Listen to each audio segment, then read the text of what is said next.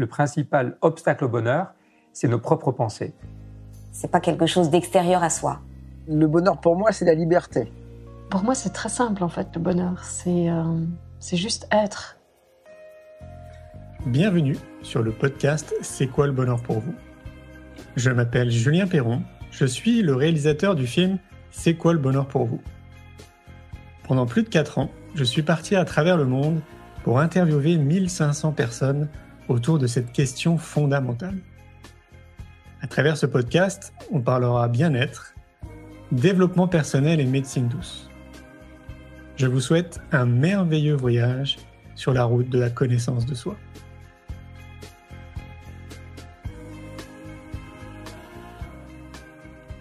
Aujourd'hui, j'ai le plaisir de recevoir Nasrine Reza.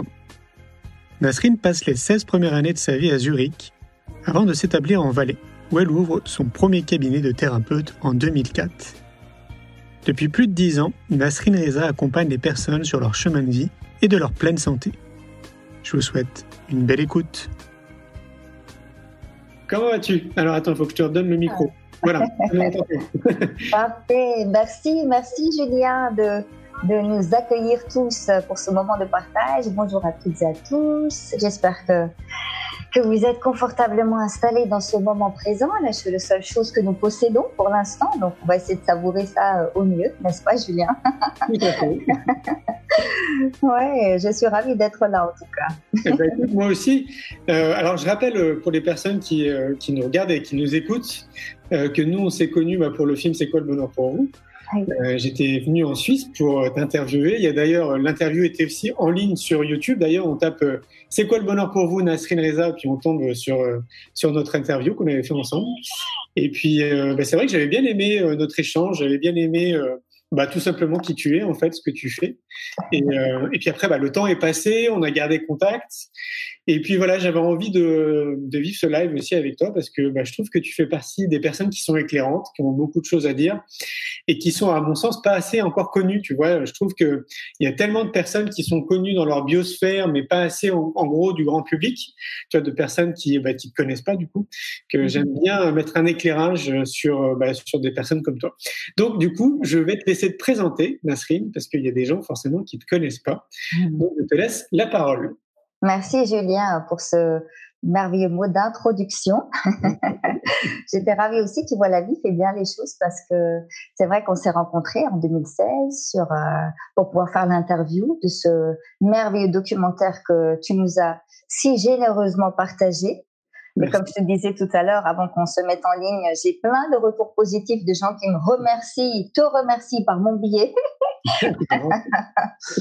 pour ce cadeau. Donc le bonheur, en effet. Et comme je te disais tout à l'heure, ce documentaire est d'actualité, sera d'actualité, peu importe l'époque, parce que ça reste vraiment le pilier, quelque part, la grande quête de l'humanité, le bonheur, le bien-être. Et comme on le voit dans ton documentaire aussi, ce n'est pas forcément une très longue quête, ce n'est pas forcément par le biais de grands efforts qu'on y parvient, mais peut-être au contraire par quelque chose qui est beaucoup plus simple et qui est de pouvoir se déposer en soi. C'est clair. Donc, de pouvoir se découvrir, de pouvoir goûter à notre propre saveur.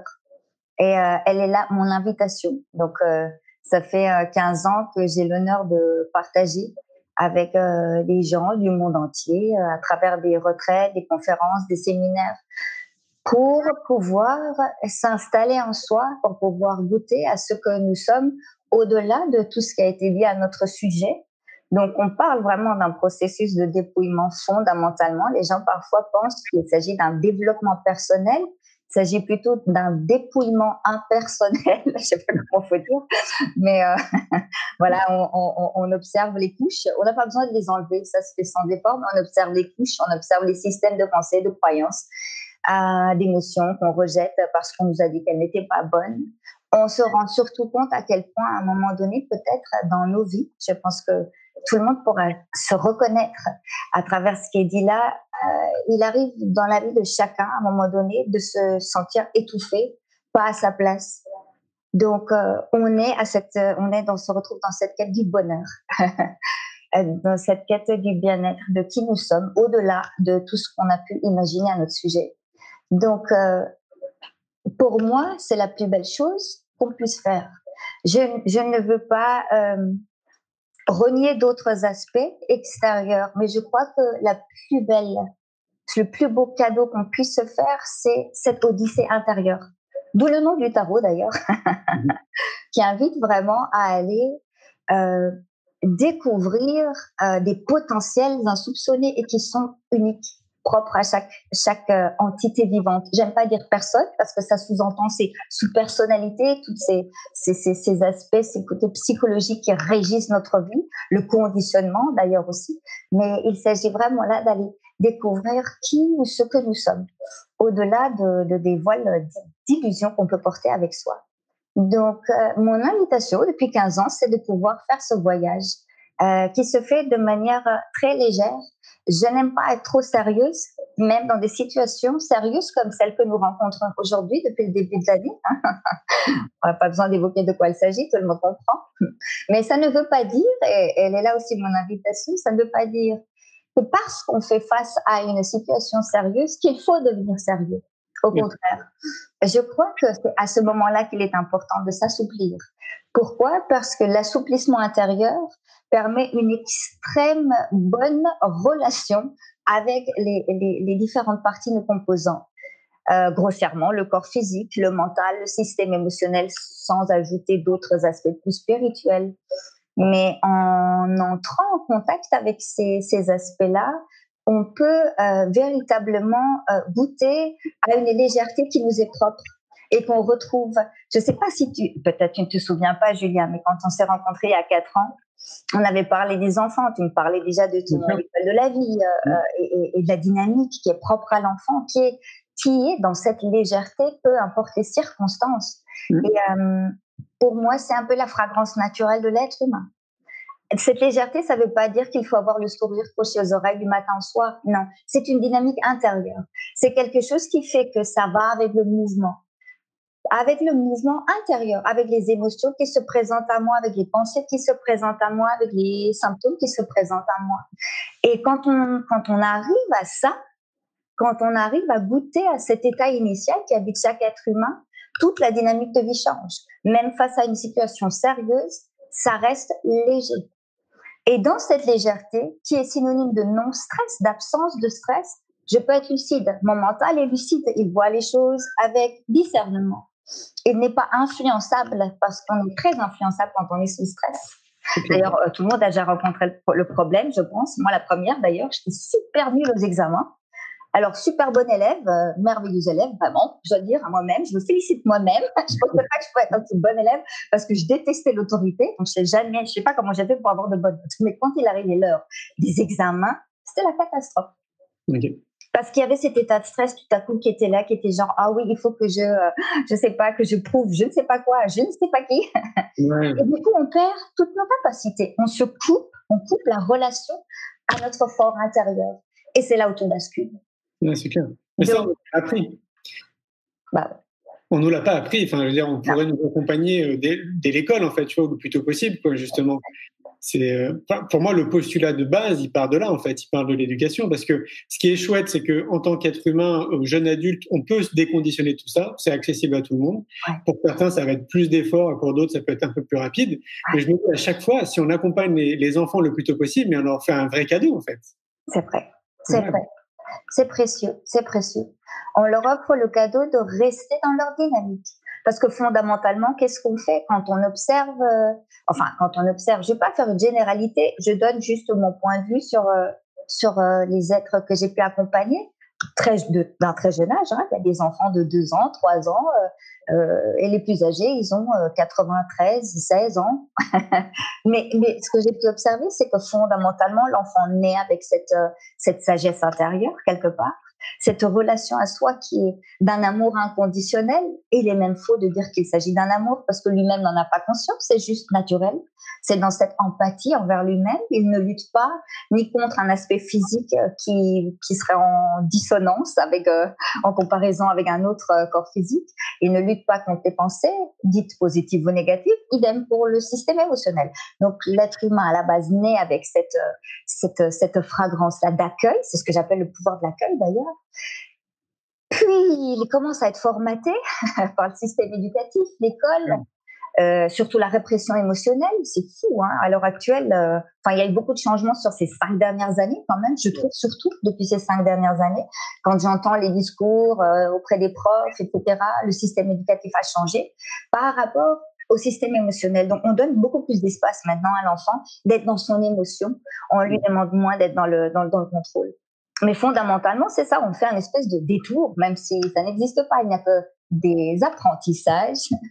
Mais l'enfant naît avec cette fragrance-là, le pouvoir de l'accueil, puis après on le formate, et puis l'être humain, au bout d'un moment, quand il est suffisamment formaté, qu'il est sur ce point d'étouffement, quand je parlais avant, où il n'y a plus d'oxygène pour exister, là il commence à se redéformater, là il commence à se dépouiller, à regarder les couches qu'il porte sur lui.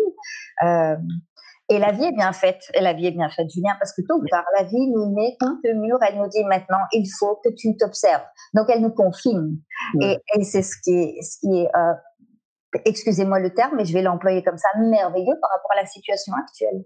On est tous obligés d'être confinés. Et on dit aussi que tout changement se produit de l'intérieur. Bien sûr. Le virus, il est où? Il est à l'intérieur. De nous tous en plus. Donc, il n'y a personne qui y échappe. C'est clair. Donc, c'est beau de pouvoir observer que l'enfant a déjà ça en lui. Et j'invite toujours les êtres humains adultes à être observateurs des enfants. Les parents doivent observer leurs enfants. Je ne dis pas qu'ils doivent passer à côté de leur rôle d'éducation. Non, ils sont là pour éduquer l'enfant aussi.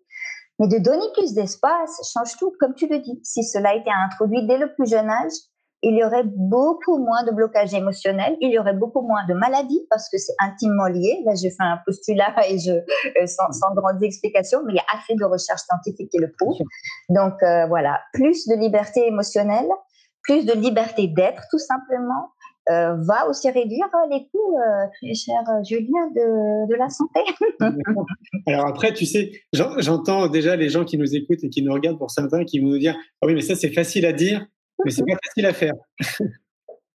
Est-ce que toi, tu penses que, j'imagine, de toute façon, à travers ce que tu fais, tu as forcément des conseils peut-être pour les gens qui nous écoutent, comment ils peuvent justement se dépouiller, tu vois, au fur et à mesure, comme ça, ou se déconditionner tout simplement. Est-ce que toi, tu as des choses à leur recommander? Alors, la première chose que je recommande, Julien, c'est arrêter de regarder la télé. Arrêtez de regarder les médias. Parce que là, vous ne pouvez pas vous dépouiller, c'est pas possible.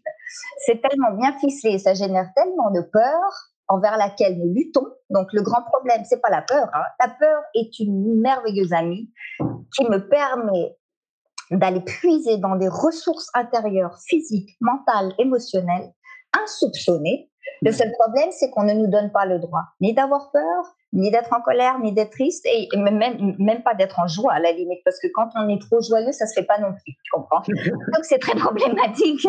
Mais la première chose que j'invite à faire, c'est arrêtez, cassez-moi la télé, j'étais là, dépouillez-vous, faites-le physiquement, ce sera un grand cadeau. Ce sera un grand cadeau déjà pour vous. Pourquoi? Parce que tout le temps que vous passez devant l'écran, toute l'attention qui est à ce moment-là portée sur l'écran n'est pas portée sur vous-même. Petite anecdote, je la donne à chaque fois. Un jour, un participant est venu me demander, il m'a dit, tu sais Nasrine, tu dis qu'on est tous dotés d'un savoir inné. C'est facile à dire, comment est-ce qu'on y accède? Je lui ai passé mon smartphone, je lui ai dit, tu sais comment utiliser cet outil? Et il m'a dit, oui. J'ai dit, comment tu as fait? J'ai passé de longues heures là-dessus. J'ai exploré l'outil, j'ai appuyé sur tous les boutons, etc. Et donc, j'ai appris. J'ai dit, merveilleux. Fais pareil avec ceci. Donc, bien sûr qu'en théorie, tout le monde a envie d'avoir une connaissance de soi pour être bien, parce que le bonheur rime avec connaissance de soi. Le bonheur n'a rien à voir avec un quelconque élément extérieur. D'ailleurs, preuve en est, j'ai accompagné bon nombre de richissimes personnes sur cette planète Terre. Elles avaient franchement tout, et c'était les plus tristes personnes que j'ai pu rencontrer. Ça m'étonne pas. Donc, on le sait ça aussi, que ça n'a rien à voir avec les éléments extérieurs. Donc, la première chose, c'est tout le temps qu'on passe, que ce soit devant la télé ou même sur Facebook ou l'autre jour, je disais ça à ma maman, je disais, et à mon père, qui habite en Iran. Et la situation est vraiment très compliquée là-bas due au Covid. Donc, il y a énormément de répression, les militaires sont dehors, c'est franchement la galère. On fait peur à tout le monde, on est en train de les menacer, on va trouver un virus, on va tous vous l'injecter, vous n'aurez rien à dire. Et ça se passe comme ça là-bas, en plus, on ne vous demande pas votre avis.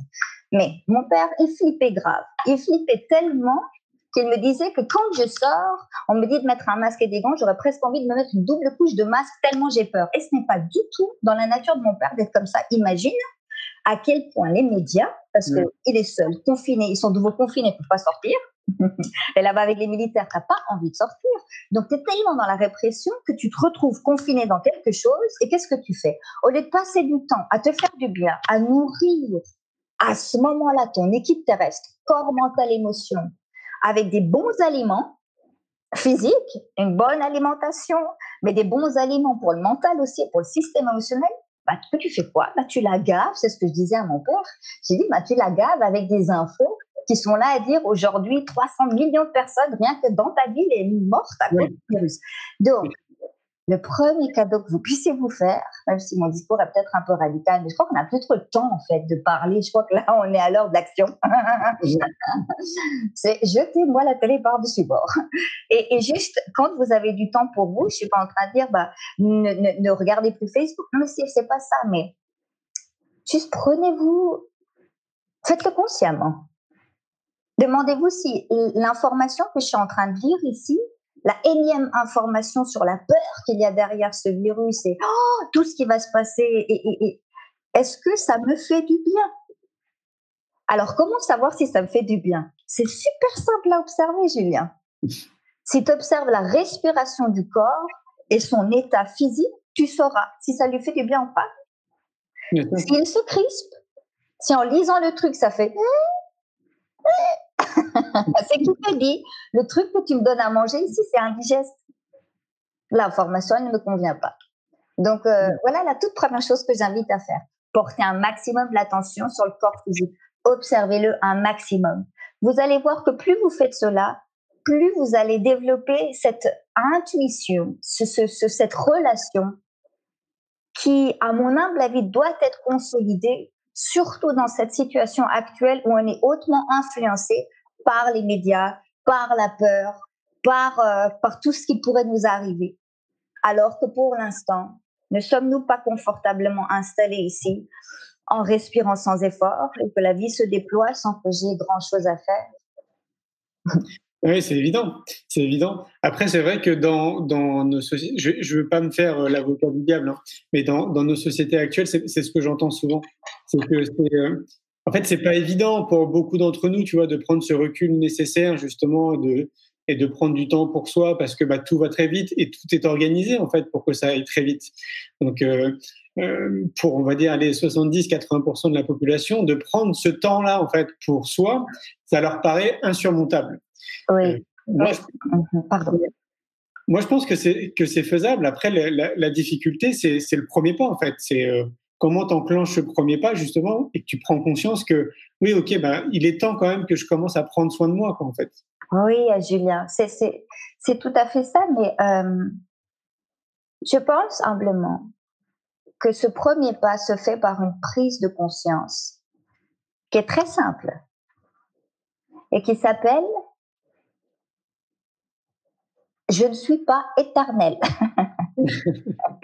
C'est ça le truc que la majorité des êtres humains oublient. Ils ont le privilège de s'adonner à de multiples activités et à se casser la tête sur parfois des futilités.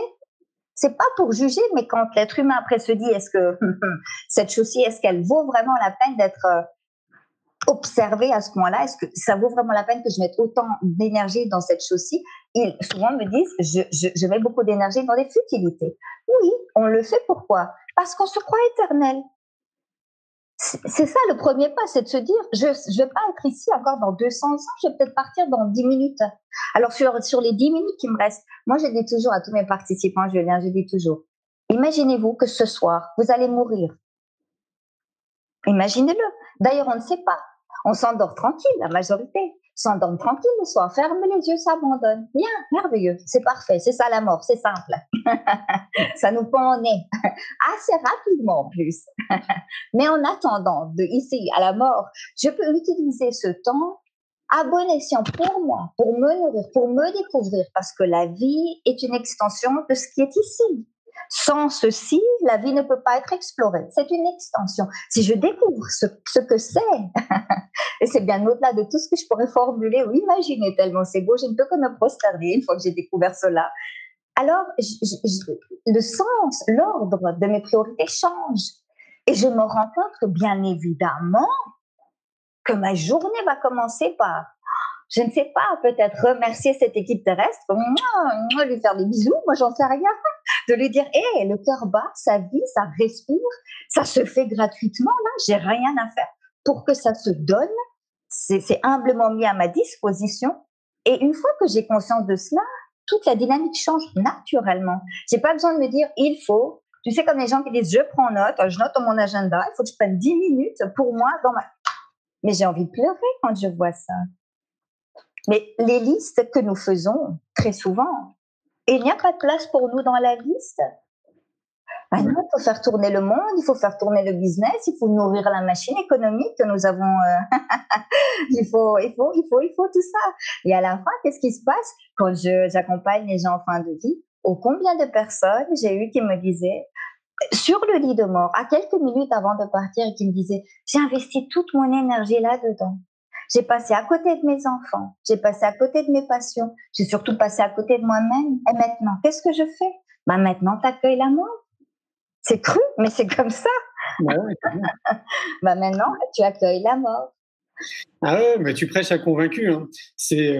Enfin, pour moi, à chaque fois, on revient à l'éducation parce que quand j'observe la société, ce que je vois, c'est qu'une majorité des personnes qui ont un travail font un travail, ce que j'appelle alimentaire.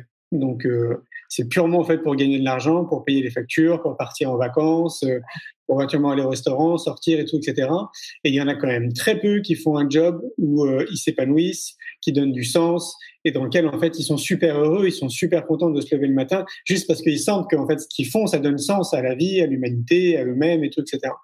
Et moi, je pense que c'est lié en fait à notre éducation, c'est-à-dire que si on nous accompagnait justement vers qui on est réellement pour avoir un métier dans lequel peut-être même qu'on créerait ou dans une société dans laquelle on mettrait vraiment à contribution nos excellences et qui on est, mais je pense qu'il y a déjà une grande partie de l'équation que tu es en train de citer qui serait déjà résolue en fait, parce que les gens ils seraient déjà épanouis, parce que faut pas se voiler la face, on est quand même plus souvent au travail qu'avec nos amis, notre famille, notre chérie, nos enfants, etc. Bah oui. C'est l'un des premiers leviers en fait dans lequel on devrait être épanoui dans la vie de tous les jours. Et ça serait bien qu'une majorité se réveille à ce niveau-là et se pose franchement les bonnes questions en se disant mais est-ce que je suis vraiment heureux d'aller bosser quoi? Est-ce que c'est vraiment quelque chose qui me fait vibrer? Est-ce que ça donne sens quoi? Oui, tout à fait, Julien. Tout à fait, Julien. Et à nouveau, une fois que j'ai conscience que je ne suis pas éternelle, que la vie passe comme ça en un clin d'œil, alors ma manière de l'aborder va changer aussi. Et après, une autre chose, bien sûr que le système éducatif, mais le système éducatif, le grand éducateur, c'est moi. Je veux bien qu'on intervienne dans le système éducatif et qu'on veuille améliorer la chose, oui, mais je suis mon propre guide, je suis mon propre éducateur avant tout. Donc, c'est à chacun, quelque part aussi, de se poser. Et là, on a eu 3 mois de confinement. Peut-être qu'il y en aura d'autres. À mon humble avis, ça va continuer. Donc, il y aura suffisamment de temps à la réflexion, suffisamment de temps à s'observer et à se dire, OK, j'ai tel âge aujourd'hui. Qu'est-ce que j'ai fait dans ma vie? Est-ce que ça m'a vraiment nourri? Il ne s'agit pas de révolutionner notre vie en disant, maintenant, je bazarde tout, je me casse et ça se peut. Si ça doit se faire, ça se fera. Parce que ce sera une évidence, parce que l'appel sera tellement fort, parce qu'on se sent étouffé à un moment donné. Et c'est là où la vie intervient. À un moment donné, elle nous étouffe. Elle le fait exprès presque. Tu vois, elle te met au fond, là, dans un coin, l'épée comme ça sur le... Elle te dit, mais regarde-toi. Tu as l'immense privilège de goûter à cette dynamique-ci. Et encore, nous sommes privilégiés, très cher Julien, Nous avons ici le privilège, j'ai un toit au-dessus de ma tête, je peux discuter avec toi, j'ai le ventre rempli, je vais merveilleusement bien, c'est pas donné à tout le monde. Donc nous avons d'autant plus ici le privilège de pouvoir dire, je peux me poser la question, je peux dire qu'en Iran, mon père il habite, tu te poses pas la question, hein, tu vas parce que sinon t'as pas à bouffer, tu crèves le lendemain et t'as 6 gamins à nourrir. Donc ils sont encore dans toute une dynamique. Mais si nous qui avons cette opportunité-ci, si nous ne sommes pas l'initiateur du changement, eux, ils vont jamais s'en sortir. C'est clair. C'est à nous de tirer la corde là au départ, parce que nous avons le privilège de changer les choses, d'avoir le temps d'être là, toutes ces personnes qui sont avec nous et de se dire oh on peut philosopher là-dessus et on peut peut-être voir qu'est-ce qu'on peut changer. Eux ne l'ont pas. Alors si nous ne créons pas ce changement-là, et ce sont nos frères et nos sœurs, et nous sommes tous interconnectés par le virus, qui est peut-être cette grande prise de conscience, et pas le virus lui-même. Alors, s'il y a du changement, ça va donner du changement, ça va le générer là aussi, d'une manière ou d'une autre, au sein de notre famille, de notre travail, et de changer des petites choses, des toutes petites choses. Se prendre 2 minutes par jour juste pour respirer, pour s'observer, pour se remercier, ça change déjà tout. Il suffit de faire de toutes petites choses. Oui, c'est clair, c'est les tout petits premiers pas en fait qui font la différence après par la suite. Ouais, on le disait avant qu'on commence le live. Je te disais que j'avais eu le sentiment que cette période de confinement, ça a été un catalyseur de prise de conscience justement. Et comme tu le dis à juste titre, en fait, les gens ils étaient chez eux là pour le coup, ils ont eu le temps de se poser, de réfléchir et d'imaginer des questions peut-être même auxquelles ils n'avaient jamais pris le temps. Et moi, j'ai vraiment envie de croire, en tout cas, que ça va participer encore plus justement au changement dont on est en train de parler, parce que ouais, tu le dis très bien en fait, tout part de nous. Et si on attend des politiciens, si on attend des autres, je pense qu'on peut toujours attendre. Mais par contre, si chacun conscientise qu'il a une responsabilité citoyenne de s'occuper de lui avant de s'occuper des autres, là, à mon avis, en une génération, on change énormément de choses. Oui, tout à fait, tout à fait. Comme tu l'as dit, ça part tout de nous. Nous sommes le changement. Nous sommes notre propre clé, nous sommes notre propre guide. Mais pour pouvoir interagir avec cette entité qui est tellement sophistiquée et qu'on sous-estime tellement, même face à ce virus, je suis consternée.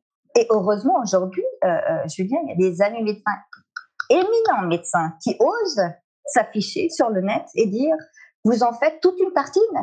Il n'est pas si grave que cela. » Et ça me réjouit de le voir. Je ne suis pas en train de sous-estimer les choses, mais c'est juste de remettre quelque part dans l'équilibre l'information face à quelque chose qui est beaucoup plus objectif et surtout face à la capacité qu'a notre corps physique de s'autogérer et de gérer les nouvelles informations. Donc, et bien sûr que là, avec cette nouvelle information, ça va lui demander beaucoup d'énergie. Cette énergie-là, face à ce virus, qui est une nouvelle information, cette énergie-là, il doit aller la puiser quelque part, ce corps physique.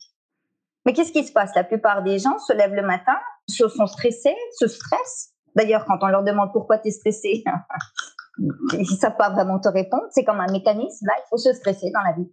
Parce que comme ça, tu as l'air productif et, je sais pas, et tu cours plus vite vers la tombe et on va t'acclamer haut et fort quand tu seras mort. Enfin, désolé, mais c'est un peu radical, mais c'est ce qu'on observe et c'est consternant.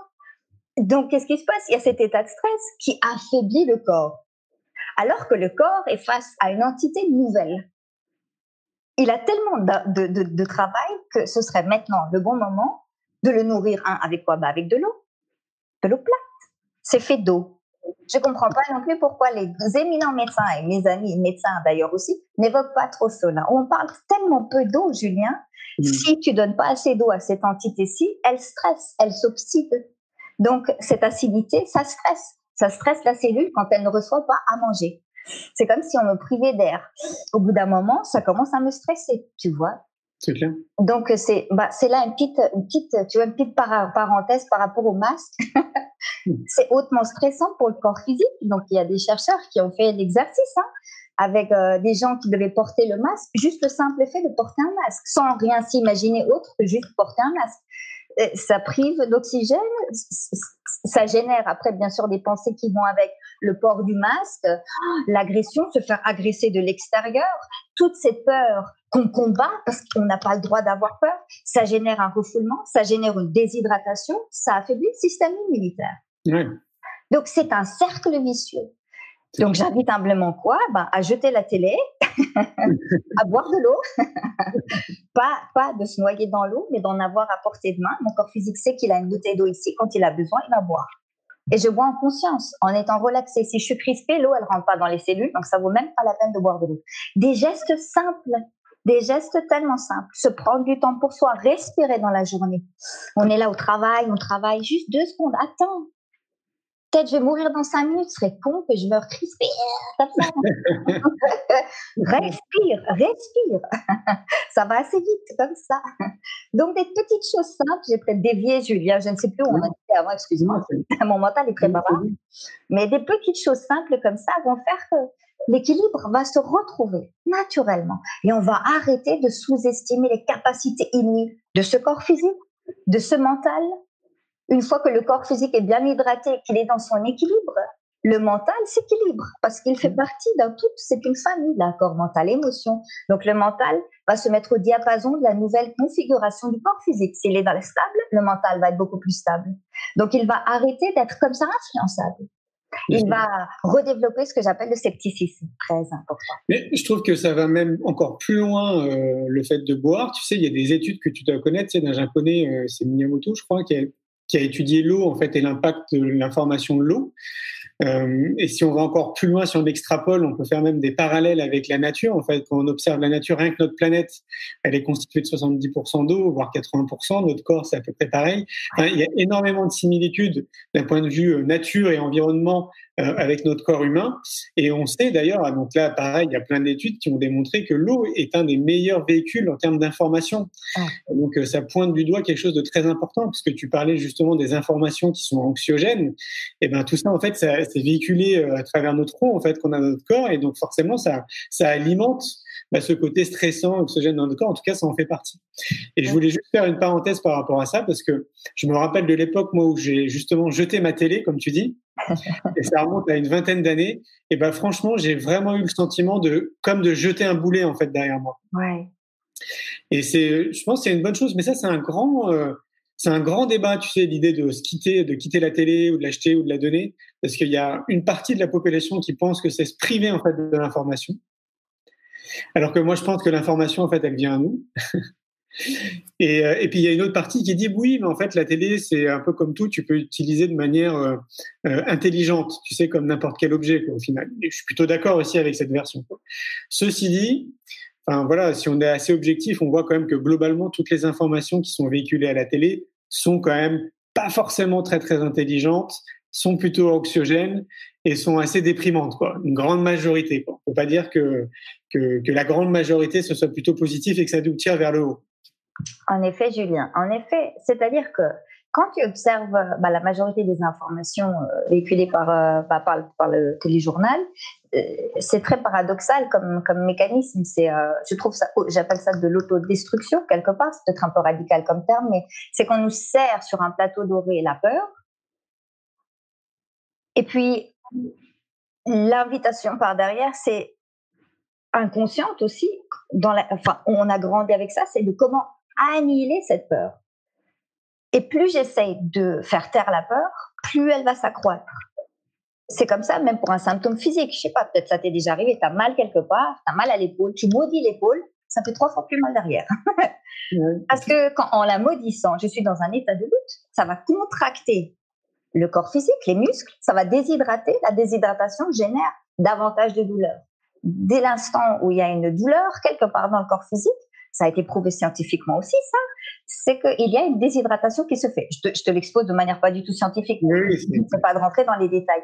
Donc la peur, tu vois, elle nous est offerte comme ça sur un plateau doré. Regarde, tout ça et ça et ça va pas. Moi, la partie que je peux faire, c'est la météo, c'est déjà parce que demain. Mais j'ai pas besoin du téléjournal pour ça. Ouais. On a Google, notre très cher ami Google.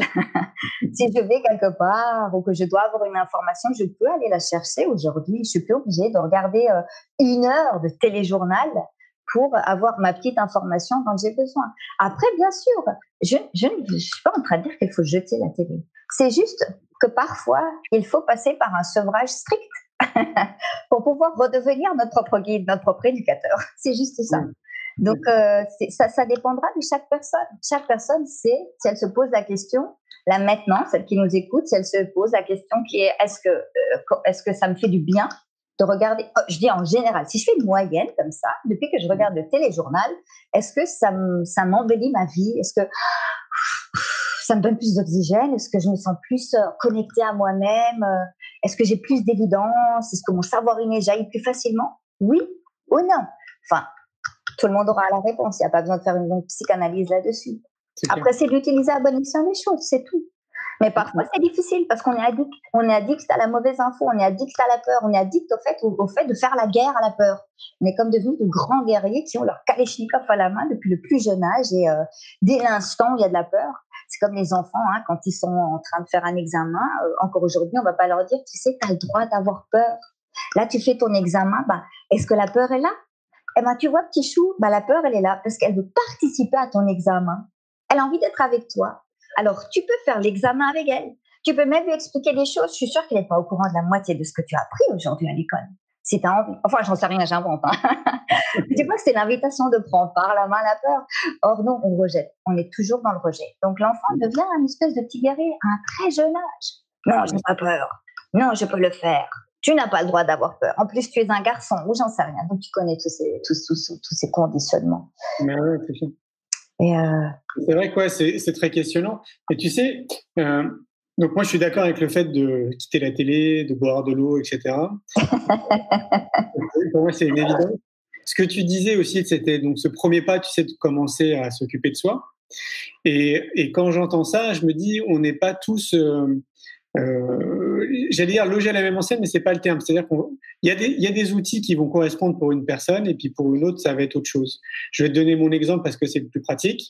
Moi, pour revenir à moi et pour m'introspecter et pour prendre du recul, j'aime voyager seul.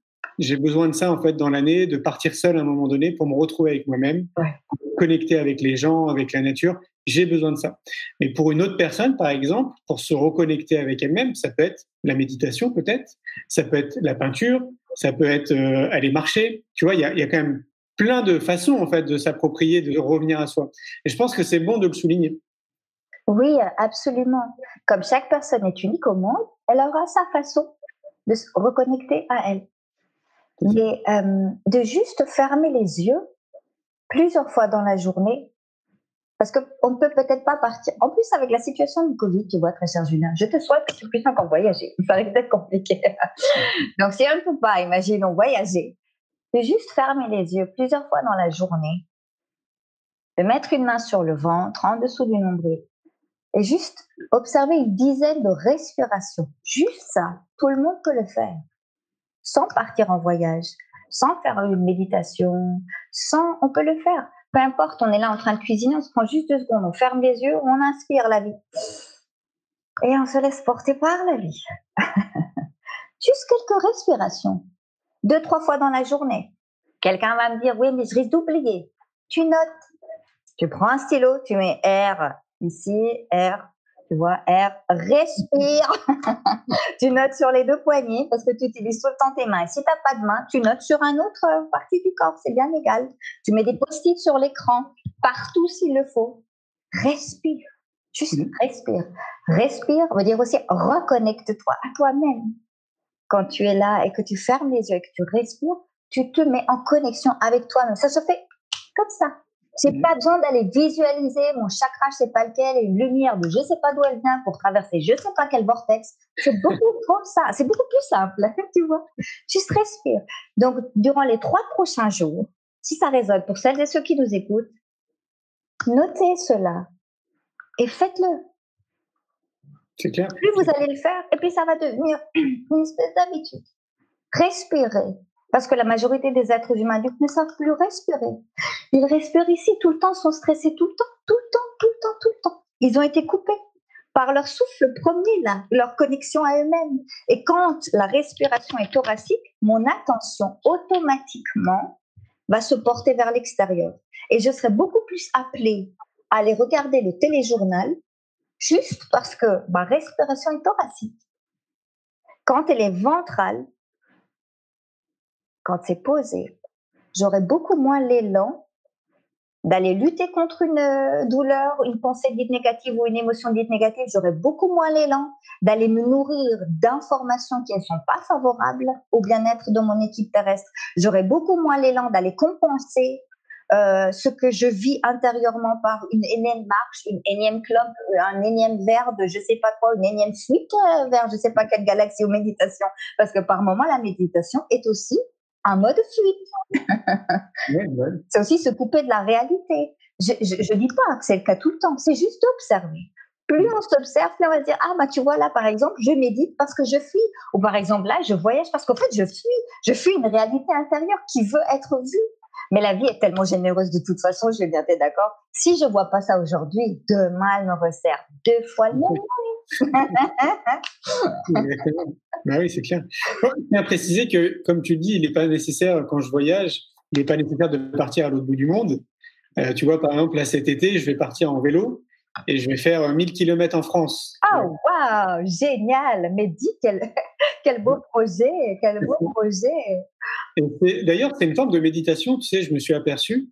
Et j'organise des séjours, d'ailleurs, que j'ai appelé vélo, yoga, méditation, où j'emmène des gens avec moi. Et j'essaie, en fonction de l'énergie du groupe, à un moment donné, dans la semaine, de leur dire, écoutez, là, ce matin, on va pas parler, on va juste pédaler. Ouais. Et on va se mettre en conscience, justement, avec notre corps, avec l'environnement, avec la nature. Ouais. Et c'est là où les gens prennent conscience de leur respiration, de la façon dont ils pédalent, de leurs pensées, de la nature, etc. Et je trouve que c'est une forme méditative, en fait, aussi de partir comme ça, tu vois, sur les routes à vélo. C'est une bonne introspection personnelle. Oh, c'est merveilleux que tu offres cela à l'humanité, Julien. Merci beaucoup. Oui. Et en effet, comme tu dis, nul besoin d'aller jusqu'au bout du monde. Prendre le vélo et faire juste 1000 km. Extraordinaire. Tu as un super corps physique, c'est génial qu'il collabore aussi bien que ça avec toi, c'est super, vous faites une belle équipe. Oui, d'ailleurs, c'est une bonne transition parce que je trouve que je le dis pas assez parce que ça se prête pas tout le temps, mais il y a beaucoup de gens qui me remercient, qui disent c'est génial ce que tu fais, Julien, etc. C'est souvent moi, en fait, qui suis mis en avant, mais je tiens à rappeler qu'il y a une équipe derrière moi et que sans eux, en fait, je serais pas là, tu vois, je pourrais pas faire le live avec toi, et c'est eux d'ailleurs qui font peut-être plus de 70% en fait du travail, tu vois. Et tout l'art d'aller loin, en fait, c'est justement de bien s'entourer. Tu sais, il y a quelqu'un qui dit, seul on va plus vite et à plusieurs on va plus loin. Et c'est tout un art, en fait, de trouver ces personnes bienveillantes, heureuses, compétentes et qui avancent avec toi main dans la main. C'est juste merveilleux. Donc voilà, je remercie encore mon équipe parce qu'il faut le savoir, même si ça peut paraître évident quand je le dis, mais à chaque fois on me remercie moi et je trouve ça, oui, merci, oui, parce que c'est moi qui porte tout. Mais il y a toute une équipe derrière moi et sans elle, tout ça n'existerait pas. Voilà. C'est bon toute cette gratitude. C'est important. Oui. De pouvoir s'entourer, comme tu disais, de personnes bienveillantes. Tu vois, c'est ça. On en revient à s'écouter. Quand on s'écoute, quand on découvre ce qui est juste et bon pour nous-mêmes, et ça, il y a que moi qui puisse le savoir parce que comme je suis unique, ce qui est juste et bon pour moi, ce sera pas forcément juste et bon pour toi. Mais quand je découvre ce qui est juste et bon pour moi et que je deviens un peu comme je dis souvent le soleil central, alors le reste va graviter autour de ce soleil central. Donc les gens, les personnes, les rencontres, les relations, même le travail, les éléments vont beaucoup plus naturellement s'ajuster à cela, à cette priorité qui n'est autre que moi-même. Enfin, je suis la personne la plus importante pour moi dans ma vie. Parce que c'est à partir de ça que tout le reste émane. Et si je suis bien avec cette équipe terrestre, corps, mental, émotion, je dis toujours, c'est comme mes employés. Si je veux avoir si je veux faire fructifier mon entreprise, si je veux avoir du plaisir à faire ce que je fais, il faut que je sois entourée des bonnes personnes, comme tu disais. Les 3 meilleurs amis sont déjà là. Donc, si on n'a pas une bonne relation avec celle-ci, avec le corps, le mental et le système émotionnel, il est difficile d'entamer une bonne relation avec quelqu'un d'autre. Donc, si je suis là à engueuler mon employé corps physique tous les matins parce que il a une quelconque douleur à nouveau qui réapparaît, moi, si j'étais le corps physique, je jetterais l'éponge et je dirais, débrouille-toi sans moi, on verra comment tu fais sans toi. Mais il est tolérant, ce corps physique. Observez donc combien de fois est-ce qu'on l'a pas maudit, il est toujours là, il bat pour nous, le cœur bat pour nous. Très souvent, d'ailleurs, une petite parenthèse qui peut paraître un peu un peu bizarre comme ça, très cher Julien, mais j'invite toujours les gens à faire le calcul du nombre de battements de cœur qu'ils ont eu, auxquels ils ont eu droit gratuitement, sans rien faire. Le corps physique nous a offert cela gratuitement. Juste une petite moyenne. C'est effarant. Tous ces battements de cœur gratuitement. Donc, une fois qu'on réalise cela, après, on ne peut que être dans cette bienveillance. On ne peut que être dans cet amour-là. Je ne dis pas qu'il n'y aura pas de friction. Ça fait partie de la dualité. Parfois, il y a des prises de tête. Parfois, il y aura des prises de tête avec le corps parce qu'il nous emmerde. Parfois, il y aura des prises de tête avec le mental.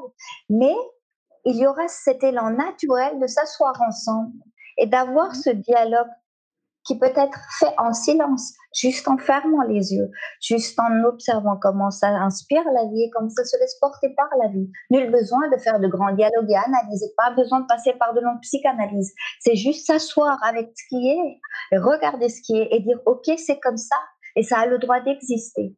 Ce qui se passe là en moi, je dis bien, quand je fais référence au pouvoir de l'accueil, juste une petite parenthèse, c'est ce qui se passe à l'intérieur de nous. Et le pouvoir de l'accueil n'exclut nullement la lutte. C'est aussi accueillir qu'il y ait de la lutte. C'est aussi accueillir qu'il y ait le fait qu'on en a marre d'avoir mal. On en a marre d'être malade. On en a marre d'être assailli par des pensées dites négatives. Oui, mais quand tu reçois les pensées négatives et quand tu as une bonne relation avec ton mental, eh ben ton mental, il va te dire quelque chose de très intéressant. Il va te dire si cette pensée t'appartient ou pas. Ah bon? Il y a des pensées qui ne m'appartiennent pas, disent souvent les participants. Oui, 7 milliards d'individus, on est interconnectés, d'autant plus maintenant grâce au virus. La connexion est très bonne, c'est du haut débit, mon ami. Donc, il faut aussi que toi, tu puisses, si tu as une bonne connexion avec cette équipe-ci, toi, tu seras en mesure de dire, mais en fait, cette pensée-là, mais elle n'a rien à voir avec mon équipe. Je capte ça de quelque part. Ou, oh, cette angoisse, énième angoisse, ou tristesse, ou mélancolie qui sort de je ne sais où. Je suis là en train de déjeuner, tout va bien, je suis en train de faire mes tartines préférées, je savoure, et d'une seconde à une autre, il y a une espèce d'angoisse qui apparaît. Que je sache, il n'y avait pas un tigre caché sous ma table. Non, il n'y a rien de concret qui génère cela. Bon, alors, est-ce que cette angoisse a un lien avec moi? Oui ou non? Juste poser la question. Plus je suis dans ce dialogue, donc plus je ramène mon attention vers cet espace-ci, plus j'aurai des réponses, des évidences. Plus ça va se relaxer. Et quand c'est relaxé, ça ne peut plus être influencé. C'est beaucoup plus sceptique. Ça regarde les choses avec distance, avec discernement. Et ça se laisse plus happer comme ça par le flot général d'émotions, de pensées ou de conscience. Alors après, il faut juste rappeler, peut-être, j'allais dire une nuance, mais c'est pas le bon terme, rappeler aux gens ça veut pas dire d'être constamment et en permanence à l'écoute de soi et d'oublier les autres. Surtout pas, parce que certaines personnes pourraient peut-être penser ça en disant oh là là, ben ouais, je pense tout le temps qu'à moi, c'est pas ça. Mais c'est évident, c'est de prendre le temps en fait, c'est de prendre le temps et ça, je pense qu'on peut tous le faire. À mon avis, par exemple, tous les matins, on peut très bien se réveiller 1 heure plus tôt avant d'aller travailler. Ou une demi-heure plus tôt, peu importe, ou ça peut être le soir, mais on peut tous sur une journée de 24 heures à un moment donné prendre du temps pour soi. Comme tu dis très cher Julien, il ne s'agit pas d'oublier les autres, mais vois-tu, ça va pas être possible parce qu'une fois que tu es bien avec toi, les gens viennent vers toi. Donc, tu vas pas pouvoir t'en débarrasser, même si tu voudrais. Non, je rigole. C'est pas la l'idée, pas du tout. Mais il s'agit, tu sais, ne penser qu'à soi est un tel défi que je pense que même si on lancerait le défi, Julien, je pense que sur 7 milliards d'individus, il y aurait que de très rares personnes qui y parviendraient sur une seule journée. De se dire aujourd'hui, je lance le défi à celles et ceux qui sont là, juste pour se faire un cadeau. Au moins un jour dans leur vie, ils ou elles n'auront pensé qu'à elles-mêmes. Juste un jour. Pense qu'à toi. Deviens le plus nombriliste qui existe, le plus égoïste, le plus centré sur toi-même, sur qu'est-ce qui me fait plaisir à moi. Et juste un jour. Et j'invite toujours à faire cet exercice sur une seule journée quand on est en retraite ou en séminaire. Pourquoi? Parce que ça reconnecte au fort intérieur. Ça recrée juste la connexion. Parce que l'attention doit être tout le temps... L'attention, c'est comme une antenne. Soit elle est dirigée, tu sais, comme ces grosses paraboles de la NASA. Soit c'est dirigé vers l'intérieur. Et donc, ça capte le savoir inné, tout ce qui va ici, tout ce qui se passe ici, les évidences, l'intuition. Donc, voilà, ça se fait tout seul. Ou alors, c'est dirigé vers l'extérieur. Bien sûr que je peux avoir une parabole dirigée vers l'extérieur et une vers l'intérieur. L'un n'empêche pas l'autre. Mais l'invitation, c'est vraiment d'essayer sur une seule journée ou ne serait-ce qu'une seule matinée, d'essayer d'être le plus égoïste possible. Ça ne veut pas dire écraser les autres sur notre passage. C'est juste dire, est-ce que pour moi, c'est juste et bon? Est-ce que d'aider l'autre, c'est juste et bon pour moi? Est-ce que de manger ça, c'est juste et bon pour moi? Est-ce que de rendre service à l'autre, c'est juste et bon pour moi? Est-ce que juste pour moi? Donc, au lieu de mettre R respire, vous mettrez moi. Ça, c'est impossible. C'est clair, c'est un bon défi, je trouve. Ouais, c'est un très bon défi. Moi, je crois aussi, franchement. Oui, parce que, en plus, tu vois, on le disait tout à l'heure, il suffit d'observer les enfants. On a déjà ça, en fait, de manière innée, de vouloir s'occuper de l'autre, de prendre soin de l'autre, d'être dans l'empathie, la bienveillance, la curiosité. On a déjà, en fait, c'est un mécanisme, enfin, c'est naturel, en fait, chez l'homme. Sauf que ça disparaît avec le temps par le conditionnement dont tu expliquais. Mais c'est vrai que je pense que la nature humaine veut que c'est impossible qu'on soit purement, j'allais dire, égoïste à penser à soi 24 heures sur 24. C'est quasiment impossible. Oui, il faut essayer. Si tu as envie, tu fais l'expérience et puis tu nous donneras ton feedback sur ta journée d'expérience. Tu veux bien? Je vais essayer, tiens, sur mon vélo, et je te dirai.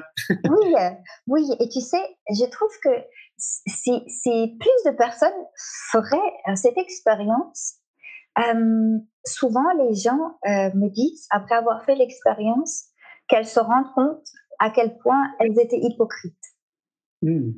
Donc, parce que notre conditionnement, le système éducatif ou religieux ou culturel, ou peu importe, nous invite quand même à partager, à être là, à servir l'autre, à être là pour l'autre. C'est une noble vertu, mais ô combien hypocrite par moment. Alors parfois, on confond l'amour avec l'hypocrisie. Tu vois, quelqu'un nous rend service, dans notre inconscient, subconscient, conditionnement, il est inscrit qu'il nous a rendu service. Donc, si je veux avoir un bon karma, il faut que je lui rende service aussi le jour où il me demande, non? Ça se fait dans un automatisme, ce n'est pas fait consciemment. C'est comme si on devait restituer quelque chose qui nous a été donné. Et donc, on peut rendre service à cette personne alors qu'on n'a pas vraiment l'élan pour. Et il s'agit donc là non pas d'un amour, mais d'une hypocrisie emballée par un papier qui a l'air d'être de l'amour. Ça nous permet de discerner tellement de choses quand on fait cet exercice de juste penser à soi pendant une journée. On arrive à voir la nature de la relation que nous entretenons déjà avec nous-mêmes, parce que l'hypocrisie que nous avons vers les autres est une extension de l'hypocrisie que nous avons vers nous-mêmes aussi. Des choses qu'on se voile. Il n'y a pas de mal. Il ne s'agit pas de se taper sur les doigts, c'est de mettre en lumière et dire « Ah, voilà comment je fonctionne. Voilà le conditionnement. C'est lui qui parle, qui utilise ma bouche. C'est lui qui me fait dire ça. C'est lui qui dit oui à toute demande quand on me demande un service. C'est lui qui dit tout de suite oui. Et ma voix intérieure, ma voix qui m'est propre, n'a pas le temps à ce moment-là de dire « Au fait, non. Aujourd'hui, ça ne résonne pas pour moi de t'aider parce que j'avais prévu un tête-à-tête avec mon équipe terrestre. Je voulais juste être moi, kiffer moi, avec moi-même, mes pop-corn, mon film devant ma télé. » Ouais, c'est vrai. Donc, ça met plein de choses en lumière. Essayer. Mais en même temps, il y a aussi un gros poids des religions qui nous fait croire justement qu'à partir du moment où on pense à soi, en fait, c'est égoïste. Donc, c'est d'autant plus compliqué. Oui, absolument. Et on nous le renvoie facilement aussi à la figure. Si on n'est pas totalement en accord avec l'égoïsme, donc avec le fait d'être avant tout à l'écoute de soi. C'est ça l'égoïsme pour moi. C'est juste d'être avant tout à l'écoute de ceci. Pour le corps, le mental, le système émotionnel. Quand on me propose quelque chose, je fais valider l'information avant de la manger tout cru. Je regarde l'information et je la valide. Ah, est-ce que ça résonne pour ici? Comment est-ce que je fais? J'invite les gens au début de faire de la même manière que pour l'exercice que j'ai invité à faire tout à l'heure. Fermez les yeux. Inspire la vie, laisse-toi porter par la vie. L'évidence jaillit d'elle-même. C'est tellement simple. Et tu sais, c'est là où c'est consternant par moment, Julien, c'est que c'est tellement simple que les gens parfois me disent « C'est trop simple. L'approche que tu proposes, Nasrine, est trop simple. » Bah oui, parce ce qui est simple n'a pas de mérite. Il est là le bémol. Donc, Je ne suis pas en train de dire qu'il faut dénigrer les efforts qu'on a faits dans le passé, c'est pas ça. Mais sur ce court passage sur Terre, j'invite à goûter à la simplicité. Ça ne veut pas dire que parce que c'est simple, que ça n'a pas de valeur. Une intuition, c'est simple. Ça parvient à moi sans que je n'ai besoin de poser aucune question. Ça me vient gratuitement. Une intuition, c'est hautement précieux. C'est clair, surtout qu'on a tous. Je pense qu'il n'y a pas une seule personne qui, à un moment donné, ne peut pas dire « Tiens, j'ai eu l'intuition de… » ou on est tous traversés par ça. Après, la difficulté, c'est de l'écouter pour beaucoup d'entre nous. Mais je pense que ça se travaille. En tout cas, moi, j'essaie de m'entraîner, j'allais dire, depuis que je suis tout petit, à écouter cette intuition. Et je trouve que ça trompe pas. C'est comme si c'était notre meilleur guide, en fait, tu vois, pour prendre des décisions. Exact. Et cette voix, tu vois, à laquelle on confère beaucoup de pouvoir, ce n'est autre que notre propre voix. Cette voix qui voit tout ça avec beaucoup de recul, qui a l'image dans son ensemble. Il y a quelque chose qui est là, au-delà de ça, et qui arrive à percevoir tout ça. Et pour moi, ce n'est autre que nous-mêmes, c'est notre propre voix. Donc, elle ne peut pas être développée, c'est pas comme si le canal était bouché, qu'il faut aller nettoyer. Non, c'est juste, soit je porte mon attention sur le monde extérieur, et là, j'entends ce qui se passe dans la conscience collective de l'humanité. Donc, au lieu de regarder la télé le soir pour savoir comment ça se passe sur planète Terre, je amène mes paraboles sur l'extérieur. Je fais le tour de Planète Bleue. On me donne les infos de ce qui se passe. Et après, je peux les ramener ici et écouter ce qui se passe ici à l'intérieur et comment cela vit avec ce qui se déploie dans ce monde extérieur. Et je peux aller adoucir certains aspects ou accueillir d'autres qui sont encore dans un état de résistance ou de lutte. Donc, à nouveau, je reste humblement convaincue que nous sommes notre propre guide, que nous avons tous cette faculté inouïe qui est de savoir ce qui est juste et bon pour nous et que nous n'avons aucunement à imposer une quelconque vérité. Il y en a 7 milliards et elle est là toute la beauté. Alors si chaque être humain pouvait jeter la télé, boire de l'eau, fermer les yeux des fois dans la journée, s'écouter, explorer, aller dans cette odyssée intérieure, découvrir les messages du jour, il y en a tellement. C'est incroyable les voyages qu'on peut faire, c'est mieux que les films que Spielberg a pu inventer à ce jour, c'est 14 fois mieux que Hollywood. C'est tellement beau qu'on ne peut que se prosterner une fois qu'on y goûte. Et c'est là qu'on se rend compte qu'en effet, le bonheur ne s'acquiert pas parce qu'il nous a habité ça. Merci beaucoup, Nasrine. Merci à toi, Julien. Merci. Je vois que ça file, tu vois, ça fait déjà 1 heure. Ah ouais, ça passe vite. Ouais, ça passe très très vite. Comment on fait pour te contacter, pour les gens qui aimeraient te contacter, ils font comment? Alors, c'est par le biais du site, donc c'est www.nasrinreza.com. Okay. Et sous contact, on peut me contacter. Donc, il se peut que je ne puisse pas, parce que je reçois beaucoup de mails. Alors, c'est mon équipe qui va vous répondre avant tout. Et puis, pour les rencontres, pour qu'on puisse échanger, ce sera lors des rencontres. Les visioconférences, ça sera posté aussi sur mon site internet. Quand on va pouvoir se revoir, il y aura des événements qui vont avoir lieu. On sera au Salon Zen à Paris le 2 octobre. Et on trouve tout ça sur le site. D'accord. Et tu as aussi une page Facebook? Tout à fait, la page Facebook, Nasrine Reza officielle. Ok. On te trouve aussi sur Instagram, hein? Oui, aussi, exact, sur Instagram. Nasrine Reza, peut-être, je ne sais plus. Je suis pas au courant. Bon, écoute, je te souhaite une très belle soirée. Merci, Julien, à toi aussi. Merci à toutes et à tous qui étaient là. Merci, une bonne suite dans ce merveilleux moment présent. Et je te dis à tout bientôt. Et avec grand plaisir. À bientôt. Bye bye. Bye bye. Un grand merci pour votre écoute. J'espère que vous avez passé un bon moment avec nous. Je vous invite à prolonger l'expérience en regardant mon film « C'est quoi le bonheur pour vous ?» Vous le trouverez assez facilement sur YouTube. Si vous souhaitez ancrer davantage les choses, nous avons créé le jeu de cartes « C'est quoi le bonheur pour vous ?» qui vous permettra de mieux vous connaître et de mieux connaître les gens avec lesquels vous allez jouer de manière ludique et bienveillante. Vous me retrouverez assez facilement sur les réseaux sociaux si vous souhaitez qu'on échange en direct. Et merci de nous laisser des messages ou des avis, des commentaires. Ça fait vraiment plaisir et je prendrai une grande joie à vous répondre. En attendant, je vous souhaite une très belle route et je vous retrouve maintenant la semaine prochaine pour un nouvel épisode du podcast C'est quoi le bonheur pour vous ?